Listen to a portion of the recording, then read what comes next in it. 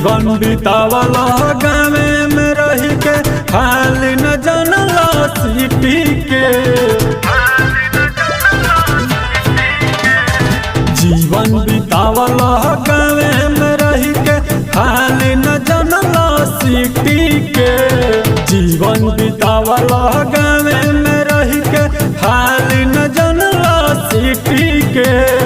देवे के पड़ल चुमाए सैया टिकट के पाछा टीटी के। देवे के पड़ल चुमाए सैया टिकट के पाछा टीटी के।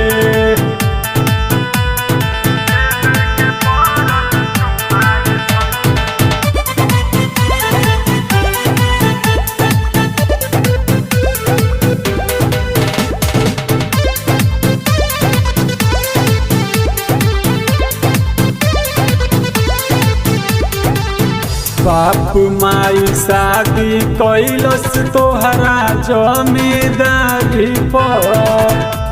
अखिल के आन्हर बाड़ा जीरो समझदारी पर। बाप माई शादी कैलस तोहरा जमींदारी पर। अखिल के आन्हर बाड़ा जीरो समझदारी पर। कुछु न कइला नहीं तू धइला काम कइला बालू गिटी के। देवे के पड़ल चुमाए सैया टिकट के पाछा टीटी के। देवे के पड़ल चुमाए सैया टिकट के पाछा टीटी के।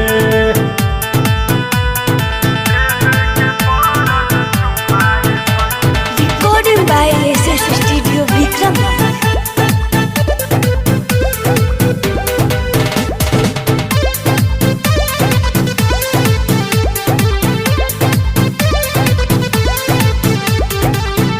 बात नहीं माने ला तू शेर खुद के जाने ला।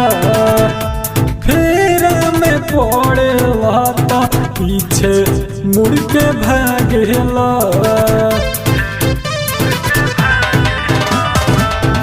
बात नहीं माने ला तू शेर खुद के जाने ला। फेर में पड़े ला तो पीछे मुड़ के भागेला। घरे में बैठल स्वाद तुली हला चोखा चटनी लिट्टी के। देवे के पड़ल चुमाए सैया टिकट के पाछा टीटी के। देवे के पड़ल चुमाए सैया टिकट के पाछा टीटी के। रउआ साफा बकलो ले बनी।